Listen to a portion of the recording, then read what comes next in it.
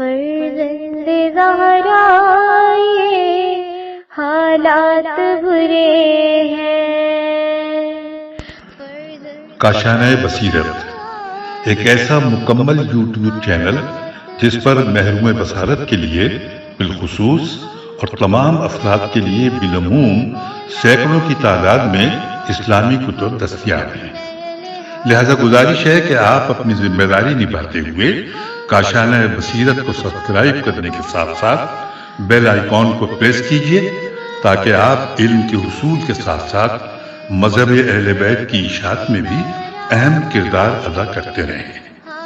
کاشانۂ بصیرت، کاشانۂ بصیرت، کاشانۂ بصیرت۔ فرزند زہرا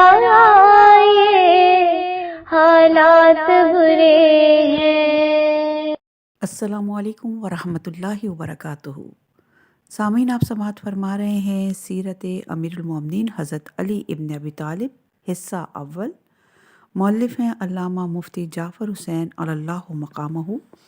آج ہم آپ کے سامنے اس کی نویں ریکارڈنگ پیش کر رہے ہیں، صفحہ نمبر 92، اور بیان جاری ہے نسب اور خاندان، اور اسی کی ذیل میں آگے بڑھتے ہیں۔ ابتدائی زمانہ بعثت میں ابو طالب کا اپنے ایمان کو پردہ خفا میں رکھنا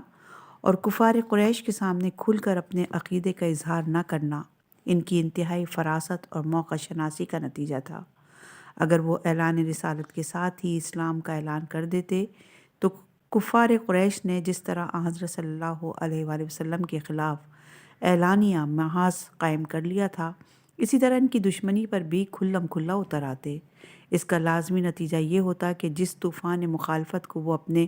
تدبر اور حکمت عملی سے روکے ہوئے تھے نہ روک سکتے، بلکہ قریش کو اپنا حریف بنا کر اس نہج پر پیغمبر اکرم صلی اللہ علیہ وآلہ وسلم کی مدد نہ کر سکتے جس نہج پر انہوں نے کی ہے۔ اگرچہ کفار قریش سے یہ بات ڈھکی چھپی ہوئی نہ تھی کہ ابو طالب ہر موقع پر پیغمبر اکرم صلی اللہ علیہ وآلہ وسلم کا ساتھ دیتے اور ان کی تائید اور حمایت کرتے ہیں، جس کی وجہ سے اسلام کی آواز ابھر رہی ہے اور مسلمانوں کا دائرہ وسیع ہو رہا ہے، مگر ان کے پاس بظاہر کوئی وجہ یا جواز نہ تھی کہ وہ ان سے الجھتے اور انہیں اپنا حریف ٹھہراتے۔ اس مدبرانہ روش کا نتیجہ یہ ہوا کہ انہیں کفار کو سمجھانے، بجھانے اور اسلام کی خوبیوں سے آگاہ کرنے کے مواقع ملتے، جس سے حق پسند افراد اسلام کی طرف کھنچتے اور پیغمبر اکرم صلی اللہ علیہ وآلہ وسلم کی ہدایت آفرین کلمات پر کان دھر کر سنتے۔ اگر ابو طالب یہ طریقہ کار اختیار نہ کرتے تو اس کفر پرور فضا میں جبکہ قریش اپنی کثرت اور طاقت کے بلبوتے پر حق کو دبانے اور اسلام کو کچلنے پر تلے ہوئے تھے، کبھی اسلام کو ابھرنے کا موقع نہ ملتا۔ بلا شبہ قریش کی معادیانہ کارروائیوں میں اور مخالفت کی طوفان انگیزیوں میں حضرت صلی اللہ علیہ وآلہ وسلم کو تبلیغ اسلام کا جو بھی موقع ملا وہ ابو طالب کی حمایت اور طرفداری اور ان کے مدبرانہ طریقہ کار اور حکیمانہ روش کی بدولت ملا۔ اگر ان کا دم نہ ہوتا تو ظاہری اسباب و حالات کی بنا پر اسلام کی آواز فضائے مکہ میں بلند نہ ہوتی اور حق کی آواز باطل کے شور و شاخ میں دب کر رہ جاتی۔ یہ انہی کی کوششوں کا نتیجہ ہے کہ اسلام کا چراغ کفر کی تیز آندھیوں کے تھپیڑوں سے محفوظ رہا اور کفار و مشرقین کی سینہ زوریوں کے باوجود اس کی رفتار تیز سے تیز تر ہوتی چلی گئی۔ فرقہ معتزلہ کے مشہور عالم ابن ابی الحدید نے ایمان ابو طالب میں سکوت اختیار کرنے کے باوجود ان کی خدمات کا اعتراف کرتے ہوئے کہا ہے کہ اگر ابو طالب اور ان کے فرزند علی نہ ہوتے تو اسلام کبھی اپنے پیروں پر جم کر کھڑا نہ ہوتا۔ ان میں ایک نے مکہ میں حمایت اور پشت پناہی کی، دوسرے نے مدینے میں اپنے جان کو خطروں میں ڈالا۔ کیا کہنا اس کا جس نے ہدایت کو فتح یاب کیا، اور کیا کہنا اس کا جس پر بزرگیوں کا خاتمہ ہوا۔ یہ امر انتہائی تعجب خیز ہے کہ ایک طرف تو یہ اعتراف کیا جاتا ہے کہ حضرت ابو طالب کے جاں بازیوں اور عملی کوششوں کے نتیجے میں اسلام کی آواز بلند ہوئی اور انہوں نے پورے ثبات اور استقلال کے ساتھ اپنی زندگی کا طویل عرصہ حضرت صلی اللہ علیہ وآلہ وسلم کی نصرت اور حمایت میں صرف کیا۔ دوسری طرف ان کی کفر پر بھی زور دیا جاتا ہے اور ان کی تمام خدمات کو بے اثر بنانے کی کوشش کی جاتی ہے، اور یہ کوششیں ان لوگوں کی طرف سے ہوتی ہیں جو کمزور سے کمزور قرائن و شواہد کو اثبات ایمان کے لیے کافی سمجھتے ہیں، اور بعض افراد کے ایمان میں باوجود یہ کہ وہ نبوت پر شک کرتے رہے شبہ تک نہیں کرتے، مگر یہاں ذہنی و فکری رجحان دوسرا راستہ اختیار کرتا ہے، اور اس جانباز اور جانثار اسلام کو اس کی محنتوں کاوشوں اور دینی خدمتوں کے باوجود دائرہ اسلام سے خارج قرار دیا جاتا ہے۔ حالانکہ ان کے کلام پر نظر کی جائے تو ان میں توحید اور رسالت کے اطراف کے جواہر ریزے جگمگاتے نظر آتے ہیں، اور اس اقرار اور اعتراف کے ساتھ ان کے افعال و اعمال وہ ہیں کہ کسی ایک عمل کو بھی اسلام کے خلاف ثابت نہیں کیا جا سکتا۔ کیا ایمان کے اجزاء اعتقاد بالجناح، تصدیق باللسان اور عمل بالارکان میں کوئی جز ایسا ہے جو ان میں نظر نہ آتا ہو؟ ابو طالب کا اخفا بھی اظہار اور خاموشی بھی گویائی تھی، اس لیے کہ ان کی عملی زندگی سراپا اسلام کے سانچے میں ڈھلی ہوئی تھی، اور ان کا ایک ایک عمل تصدیق نبوت کا آئینہ دار اور صداقت اسلام کے اعتراف کا زندہ ثبوت ہے۔ انہوں نے قولاً اور عملاً اس طرح پیغمبر اکرم صلی اللہ علیہ وآلہ وسلم کی نصرت اور حمایت کی کہ جو نظریات اسلام کے خلاف رہ کر ممکن ہی نہ تھی، اور نہ ابھرے ہوئے فتنوں کو دبانا، قریش کی سازشوں کو کچلنا اور پیغمبر اکرم کے سینہ سپر رہ کر اسلام کے پھلنے پھولنے کی راہیں ہموار کرنا کفر و شرک کے عقیدے سے میل کھاتا ہے۔ کیا ان کی تکفیر سے پیغمبر اکرم صلی اللہ علیہ وآلہ وسلم اور اہل بیت اطہار کی تکذیب لازم نہ آئے گی؟ اور کیا پیغمبر اکرم صلی اللہ علیہ وآلہ وسلم کو یہ امر ناگوار نہ ہوگا کہ ایک مسلمان کو کافر گردانا جائے اور ان کی ناصر اور دوست پر دشمنی کا شبہ کیا جائے؟ اگر ان تمام شواہد اور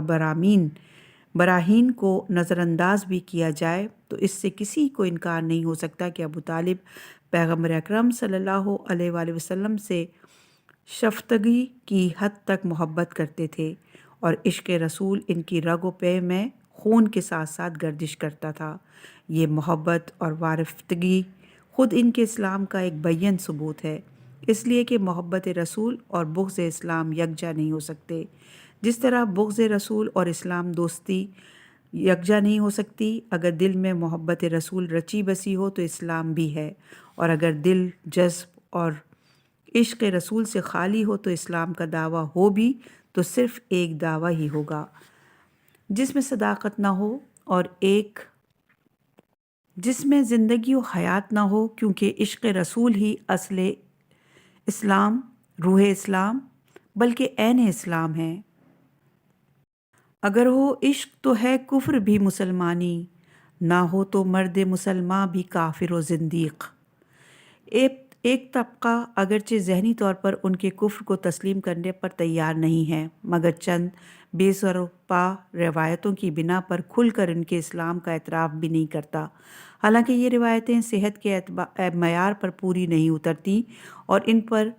وضعیت کے آثار اتنے نمایاں ہیں کہ ان کے موضوع وہ خود ساختہ ہونے پر شبہ نہیں کیا جا سکتا۔ ان روایات کے کھوکھلا پن کو دیکھ کر ایسا معلوم ہوتا ہے کہ کچھ دسیسہ کارواں اور اموری ہوا خواہوں نے محسن اسلام اور مربی پیغمبر کی خدمات پر پردہ ڈالنے اور ان کے فرزند حضرت علی علیہ السلام کے پدری امتیاز کو ختم کرنے کے لیے ایسی روایتیں وضع کر لیں جن سے ان کے کفر کا اثبات ہو، اور اس طرح حضرت علی علیہ السلام کو بھی اس وصف میں کھینچ لائیں جس میں دوسرے نظر آتے ہیں۔ ضرورت ہے کہ ان روایتوں پر ایک نظر کی جائے تاکہ نقد و تجزیہ کی روشنی میں ارباب بصیرت خود فیصلہ کر سکیں کہ یہ اصول صحت کے معیار پر پوری اترتی ہے یا وضعی یعنی خود ساختہ ہیں، اور کہاں تک ان سے استناد اور احتجاج کیا جا سکتا ہے۔ پہلی روایت یہ ہے کہ جب ابو طالب کا وقت آخر آیا تو پیغمبر اکرم صلی اللہ علیہ وآلہ وسلم ان کے ہاں تشریف لے گئے۔ وہاں پر ابو جہل اور عبداللہ ابن امیہ بھی موجود تھے۔ حضرت صلی اللہ علیہ وآلہ وسلم نے چرچا سے فرمایا، لا الہ الا اللہ پڑھیے تاکہ میں آپ کے ایمان کی شہادت دے سکوں۔ ابو جہل اور عبداللہ ابن امیہ نے ابو طالب سے کہا، آپ ملت عبد المطلب سے رو گرداں ہو جائیں گے۔ ابو طالب نے کہا، انا علی ملت عبد المطلب، میں عبد المطلب کی ملت پر ہی ہوں۔ کلمہ نہ پڑھا اور اس پر حضرت صلی اللہ علیہ وآلہ وسلم نے فرمایا، اگر مجھے منع نہ کیا گیا تو میں آپ کے لیے دعائے مغفرت کرتا رہوں گا، جس پر یہ آیت نازل ہوئی کہ نبی اور اہل ایمان کو چاہیے کہ وہ مشرکوں کے لیے دعائے مغفرت نہ کریں، اگرچہ وہ ان کی قرابت دار کیوں نہ ہو، جبکہ ان پر یہ امر واضح ہو چکا ہے کہ وہ دوزخی ہیں۔ یہ روایت متعدد وجوہ سے محل نظر ہے۔ یہ روایت متعدد وجوہ سے محل نظر ہے۔ اولاً یہ کہ اس کا راوی مسیب ہے۔ ابن حجر عسقلانی نے تہذیب التہذیب میں تحریر کیا ہے کہ مسیب ان راویوں میں سے ہے جو ابو سفیان ابن حرب اور اپنے باپ حزن سے روایت کرتا ہے، اور اس سے صرف اس کا بیٹا سعید روایت کرتا ہے۔ اس سے ظاہر ہے کہ اس دور میں نہ اس کی روایت کو اہمیت دی جاتی تھی اور نہ اس پر اعتقاد و وثوق کیا جاتا تھا۔ اس کے علاوہ یہ فتح مکہ کے موقع پر مسلمان ہوا، اور حضرت ابو طالب کو وفات کی وقت نہ تو یہ مسلمان تھا، نہ اس موقع پر اس کے موجود ہونے کے قرائن ہے، اور نہ کسی نے اس کی موجودگی کا دعویٰ کیا ہے۔ اگر اس نے یہ واقعہ کسی سے سنا تھا تو جب تک یہ معلوم نہ ہو کہ کس سے سنا تھا، اور نہ روایت کا کوئی وزن ہو سکتا ہے اور نہ اس پر اعتماد کیا جا سکتا ہے، جبکہ یہ واقعہ اس کے زمانہ کفر کا ہے۔ اور پھر مسیب سے اس کے بیٹے سعید نے روایت کی ہے، جو حضرت عمر کے زمانہ خلافت میں پیدا ہوا اور ان لوگوں میں شمار ہوتا ہے جو حضرت علی اور اہل بیت اطہار سے منحرف سمجھے جاتے تھے۔ چنانچہ ابن ابی الحدید نے تحریر کیا، سعید ابن مسیب حضرت علی سے منحرف اور برگاشتہ تھا، اور یہ روایت ہے شرح نہج جلد نمبر 1 صفحہ نمبر 370 پر۔ اس کی اہل بیت سے دشمنی کا یہ واقعہ شاہد ہے کہ جب امام زین العابدین علیہ السلام نے رحلت فرمائی اور ان کا جنازہ مسجد نبوی میں لایا گیا تو تمام لوگ نماز جنازہ میں شریک ہوئے، مگر یہ مسجد میں بیٹھا رہا اور نماز میں شریک نہ ہوا۔ اس سے کہا گیا کہ کیا تم اس مرد صالح کی نماز میں شریک نہ ہوگے؟ اس نے جواب دیا، میں اس متبرک جگہ میں ایک مرد صالح کی نماز جنازہ پڑھنے سے 2 رکعت نماز پڑھ لینا زیادہ پسند کرتا ہوں۔ اور یہ روایت موجود ہے فی البیت الصالح طبقات ابن سعد جلد نمبر 5 اور صفحہ نمبر 222۔ اس دشمنی اور کج ذہنی کی کوئی حد ہے کہ اہل بیت کی ایک جلیل القدر ہستی پر نماز جنازہ بھی گوارا نہیں کی جاتی؟ کیا ایسے شخص کی روایت پر کسی کے مومن اور غیر مومن ہونے کا فیصلہ کیا جا سکتا ہے؟ خصوصاً حضرت ابو طالب کے ایمان کے بارے میں اس کی روایت کا کوئی وزن ہو سکتا ہے، جبکہ اولاد ابو طالب کے ساتھ اس کا بغض اور عناد اس حد تک ہو؟ دوسرے یہ کہ یہ روایت اس روایت سے متعارض ہے جس میں اس امر کی صراحت ہے کہ حضرت ابو طالب نے زندگی کے آخری لمحوں میں اپنے لبوں کو جنبش دی اور کلمہ توحید پڑھا۔ یہ روایت متعدد علماء مورخین نے اپنی کتابوں میں درج کی ہے۔ چنانچہ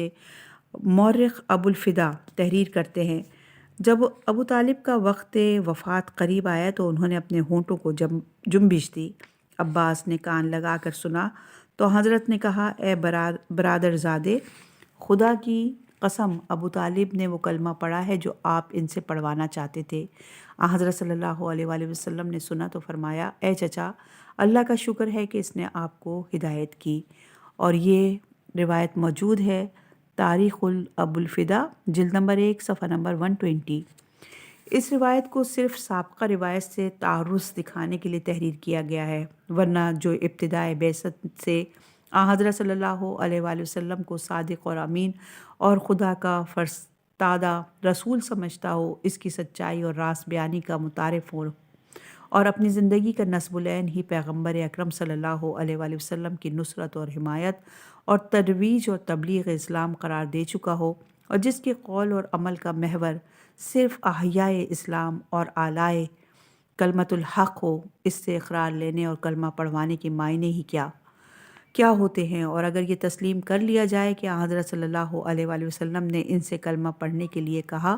تو یہ ایسے ہی تھا جیسے ہر مومن کو آخری وقت کلمہ پڑھنے کی تلقین کی جاتی ہے اور وہ کلمہ پڑھتا ہے۔ اس کے معنی یہ نہیں ہے کہ اب اس سے توحید اور رسالت کا اقرار لے کر اسے مسلمان کیا جا رہا ہے۔ تیسری یہ کہ اس روایت سے یہ مترحش ہوتا ہے کہ آیت مذکورہ حضرت ابو طالب کے انتقال کے فوراً بعد نازل ہوئی ہوگی تاکہ پیغمبر اکرم صلی اللہ علیہ وآلہ وسلم کو ایک فعل آنا مشروع سے روک دیا جائے۔ حالانکہ یہ آیت سورہ برات کی ہے اور سورہ برات بالاتفاق فتح مکہ کے بعد نازل ہوا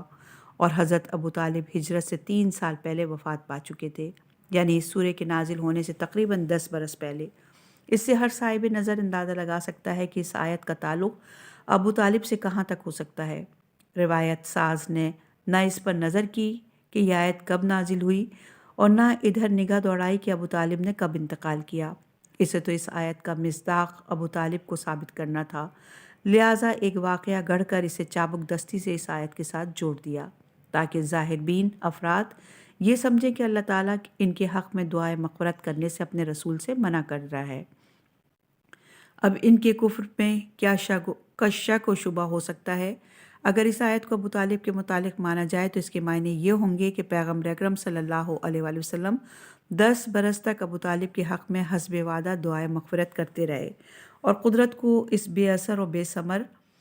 دعا سے روکنے کی ضرورت محسوس نہ ہوئی، اور جب پیغمبر کو دعا کرتے ہوئے ایک طویل مدت گزر گئی تو ادھر توجہ دلانے کی ضرورت محسوس ہوئی اور دعائے مغفرت سے روکنے کے لیے آیت نازل کر دی، اور پیغمبر اکرم صلی اللہ علیہ وآلہ وسلم اتنا عرصہ ایک ایسے فعل کے مرتکب ہوتے رہے جو تقاضۂ اسلام اور منشاء خداوندی کے سراسر خلاف تھا۔ کیا ایسی بے سروپا روایت پر کسی عقیدے کی بنیاد رکھی جا سکتی ہے، یا اس کی صحت پر اعتماد کرتے ہوئے کسی کے کفر اور ایمان کا فیصلہ کیا جا سکتا ہے؟ چوتھے یہ کہ اس آیت کے نزول سے پہلے بہت سی ایسی آیتیں نازل ہو چکی تھیں جن میں واضح طور پر کفار اور منافقین کے لیے دعائے مغفرت سے روکا جا چکا تھا۔ مثلاً یہ آیت اور اس قبیل کی دوسری آیتیں، تم ان کے لیے دعائے مغفرت مانگو یا نہ مانگو، ان کے لیے برابر ہے، خدا تو انہیں ہرگز نہیں بخشے گا۔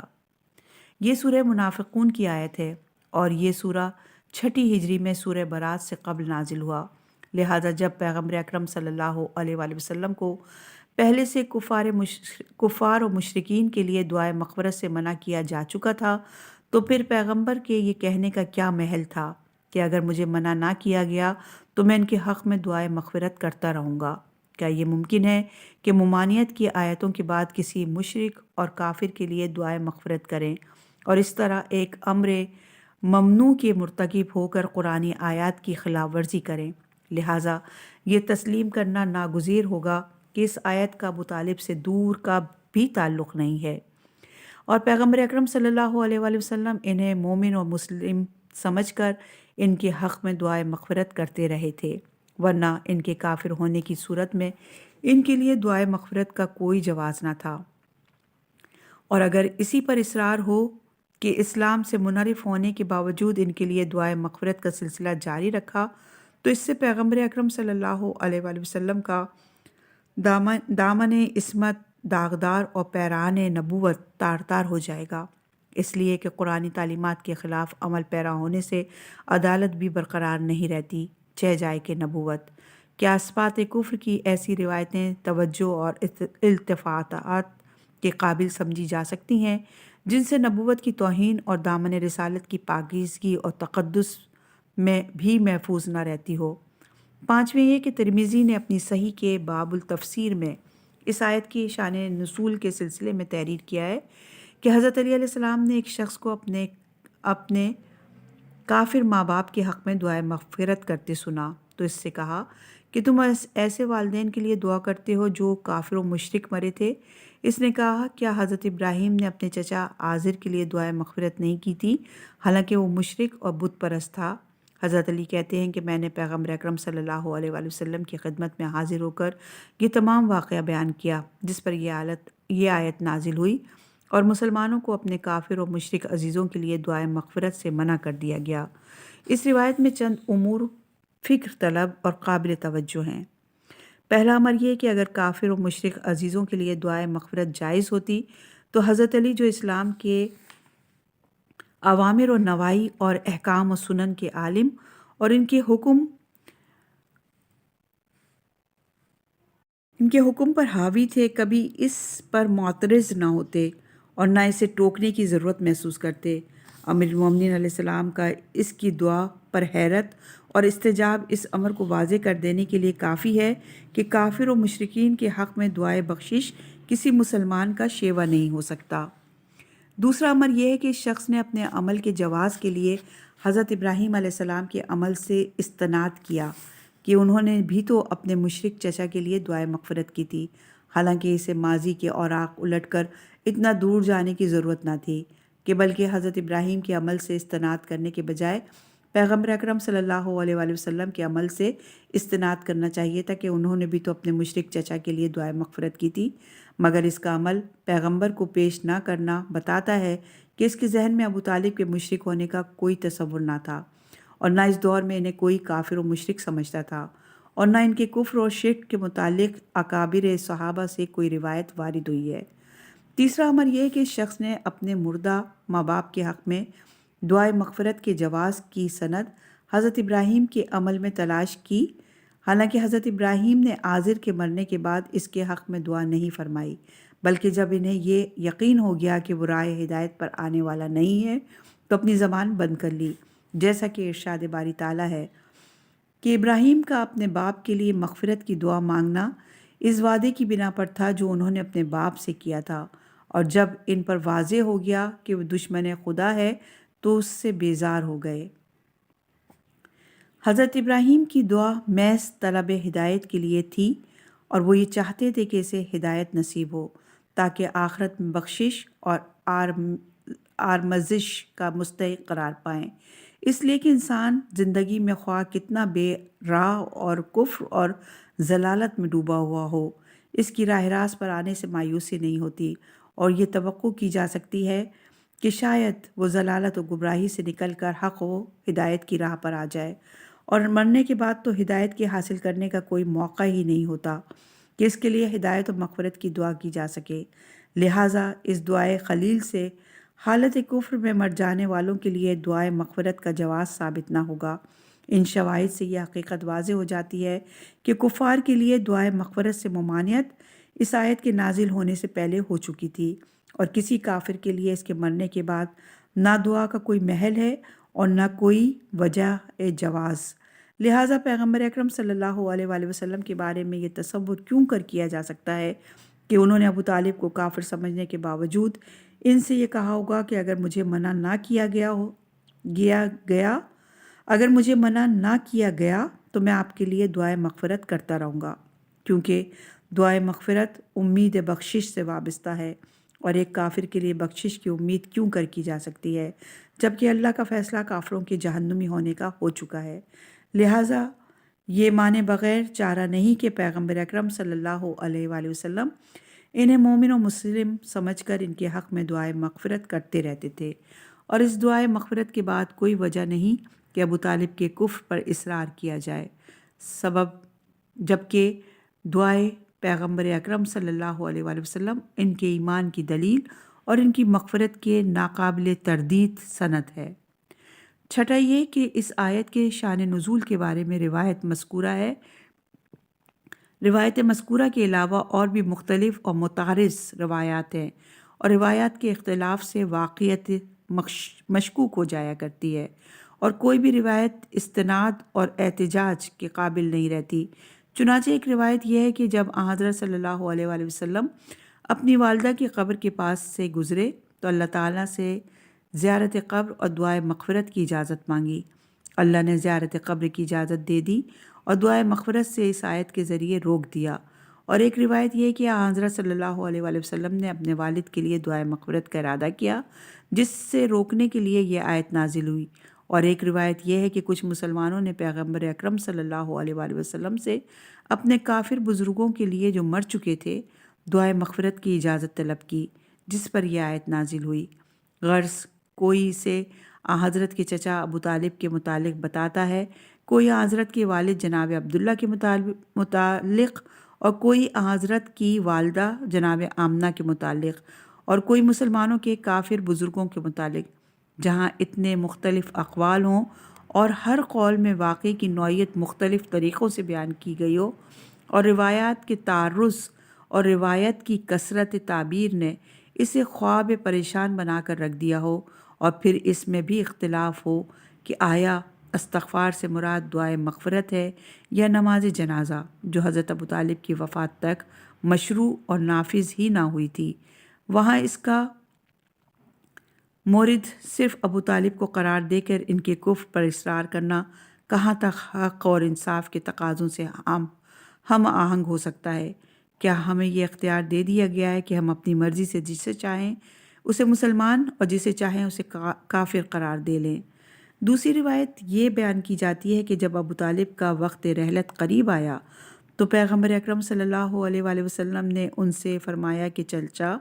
کلمہ پڑھیے تاکہ میں اللہ تعالیٰ کے سامنے آپ کے ایمان کی گواہی دے سکوں۔ ابو طالب نے انکار کیا اور کہا کہ قریش کے طعن اور تشنی کا ڈر نہ ہوتا تو میں کلمہ پڑھ لیتا، جس پر یہ آیت نازل ہوئی، تم جسے دوست رکھتے ہو اس سے تم ہدایت نہیں کرتے،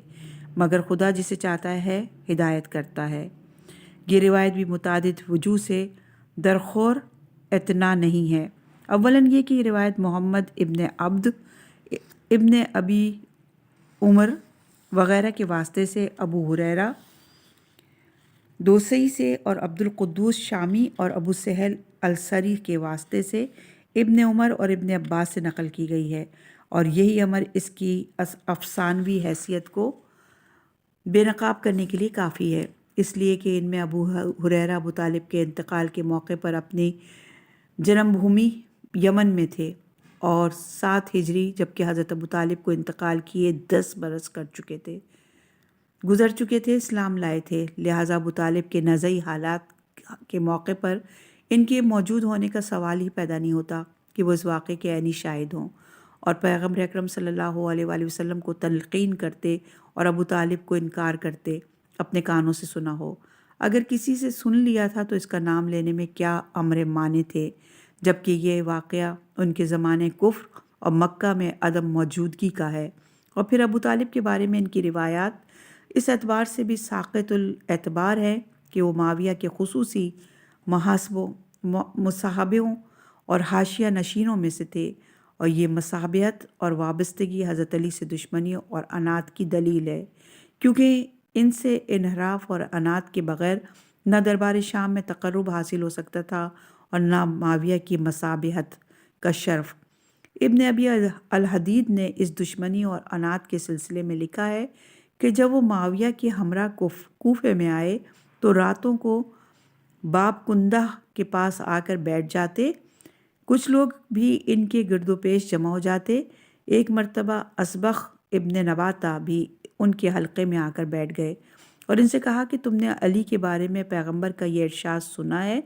کہ خدا اسے دوست رکھ جو علی کو دوست رکھے اور اسے دشمن رکھ جو علی کو دشمن رکھے؟ کہا ہاں سنا ہے۔ اس پر اسبخ نے کہا تو پھر میں اللہ کو گواہ کر کے کہتا ہوں کہ تم نے ان کے دشمنوں سے دوستی گانٹ رکھی ہے اور ان کے دوستوں سے دشمنی پر اتر آئے ہو۔ اور یہ روایت ہے شرح نہج جلد نمبر 1 صفحہ نمبر 360 پر۔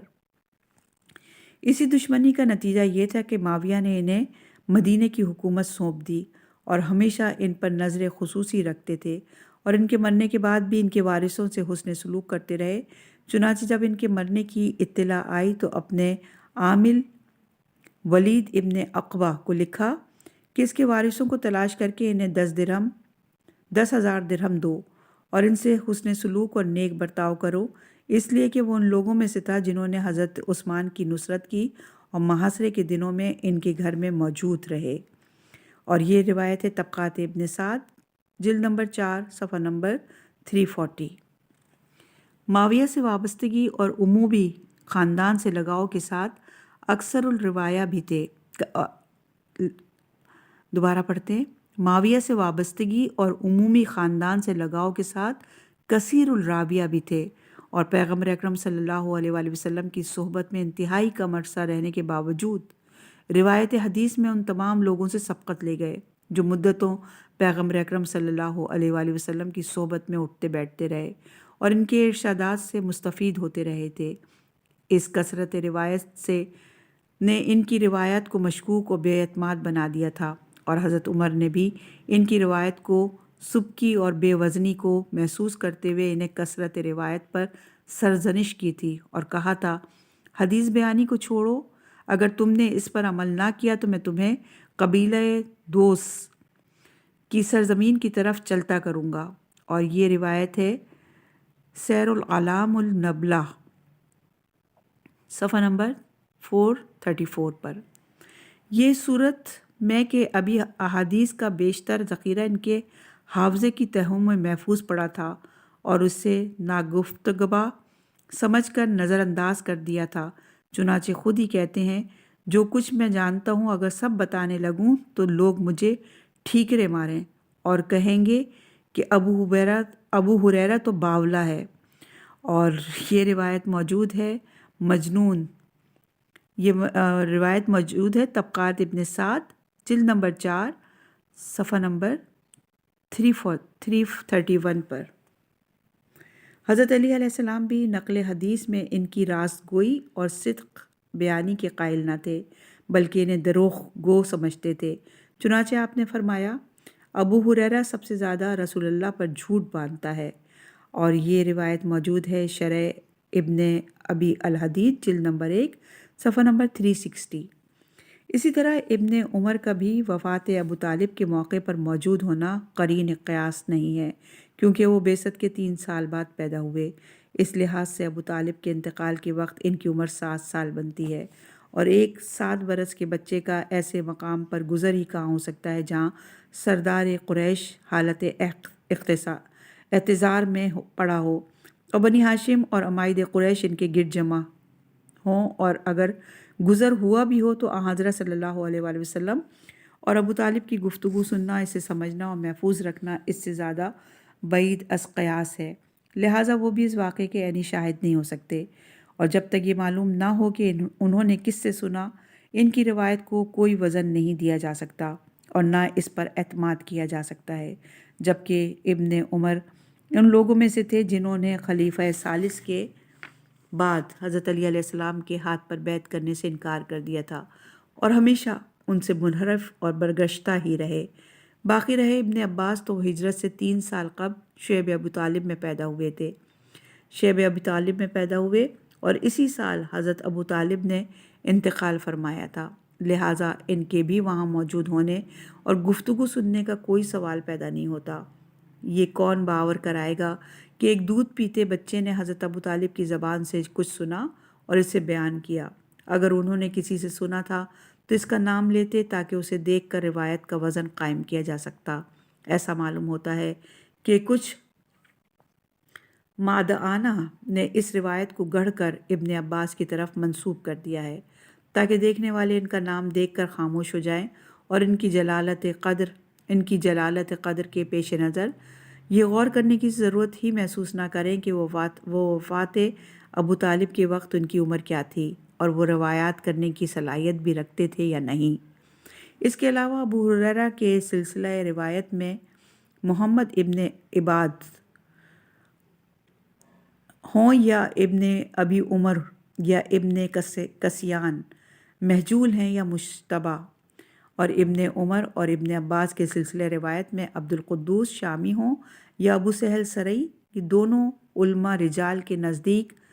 حدیث ساز ہیں اور کاذب ہیں۔ دوسرے یہ کہ جب پیغمبر اکرم صلی اللہ علیہ وآلہ وسلم آیہ قرآنی اپنے قریبی عزیزوں کو ڈراؤ کے تحت اپنے رشتہ داروں اور کنبے والوں کو خصوصی طور پر دعوت اسلام دینے پر مامور تھے، اور آپ نے اس آیت کے نزول کے بعد اعلانیہ تبلیغ اور ابو طالب ہی کے گھر سے شروع کی تھی، تو پھر کیا وجہ ہے کہ دوسرے عزیزوں اور قریبوں کو دعوت اسلام دیتے رہے اور ابو طالب کو تبلیغ کرنے اور کلمہ پڑھوانے کا خیال اس وقت آتا ہے جب وہ بستر بیماری پر موت اور حیات کی کشمکش میں تھے اور 10 سال کے طویل عرصے میں انہیں دعوت اسلام دینے کی ضرورت محسوس نہیں کرتے؟ کیا حضرت صلی اللہ علیہ وآلہ وسلم نے فریضہ تبلیغ کی ادائیگی میں عمدن کوتاہی اور سہل انگاری سے کام لیا، یا ابو طالب کی امداد و تعاون کو برقرار رکھنے کے لیے انہیں اپنے معتقدات بدلنے کی ہدایت نہیں کی تاکہ وہ بددل ہو کر ان کی حمایت و نصرت سے دستبردار نہ ہو جائیں۔ پہلی صورت میں یہ لازم آتا ہے کہ پیغمبر اکرم صلی اللہ علیہ وآلہ وسلم نے ادائے فرائض میں غفلت برتی اور حکم خصوصی کے باوجود انہیں دعوت اسلام دینے میں تعویق نہیں کی، اور ایک نبی کے شائن شان نہیں ہو سکتا کہ وہ فرائض میں کوتاہی کا مرتکب ہو اور حکم خدا کی خلاف ورزی کرے۔ دوسری صورت میں خود غرضی کا پہلو نمایاں ہے کہ آپ نے صرف مطلب برائی اور مقصد جوئی کے لیے انہیں اپنے عقائد بدلنے کے لیے نہیں کہا، اور یہ خود غرضانہ روش کسی بھی بلند سطح انسان کو زیب نہیں دیتی، چہ جائے کہ پیغمبر اکرم صلی اللہ علیہ وآلہ وسلم وہ خود غرضی سے کام لیں اور کسی کی طرفداری سے فائدہ اٹھانے کے لیے اسے غلط نظریات اور عقائد پر باقی رہنے دیں اور تبلیغ و دعوت کے بجائے خاموشی اختیار کریں۔ اب ایک صورت یہ رہ جاتی ہے کہ پیغمبر اکرم صلی اللہ علیہ وآلہ وسلم ان کے اسلام اور ایمان پر شروع سے مطمئن تھے اور ان کے اعمال اور افعال کو ان کے عقائد کی ترجمانی کے لیے کافی و وافی سمجھتے تھے، اور بلا شبہ ان کا ہر فعل اور عمل اسلام کے نظریات کے عین مطابق تھا، جس کے بعد ضرورت ہی نہ تھی کہ وہ آخری وقت میں جبکہ ایمان تو درکنار، توبہ بھی قابل قبول نہیں ہوتی، ان سے کلمہ پڑھواتے اور اس لفظی اقرار پر ان کے ایمان کی شہادت کو اٹھا رکھتے۔ تیسری یہ کہ اس آیت کی شان نزول کے سلسلے میں اور بھی متعدد روایات اور مختلف اقوال ہیں۔ ان میں سے ایک روایت یہ ہے کہ جنگ احد میں جب حضرت صلی اللہ علیہ وآلہ وسلم کے دندان مبارک شہید ہوئے تو آپ نے دست بددعا ہو کر کہا، بار الہ تو ان لوگوں کو ہدایت فرما یہ جاہل اور بے خبر ہے۔ اس پر آیت نازل ہوئی، اور ایک روایت یہ ہے کہ یہ حارث ابن نعمان کے بارے میں نازل ہوئی۔ حضرت چاہتے تھے کہ وہ مسلمان ہو جائے مگر وہ اسلام سے گریزہ ہی رہا۔ حضرت عائشہ فرماتی ہیں کہ یہ آیت اس وقت نازل ہوئی جب میں رسول اللہ کے ساتھ لحاف میں تھی، اور یہ روایت موجود ہے مرۃ البرحاشیہ ترمذی جلد نمبر 2 صفحہ نمبر 96 پر۔ بیان ابھی جاری ہے ابو طالب کے متعلق، انشاءاللہ کہ اگلی ریکارڈنگ میں مزید اس پہ گفتگو ہو۔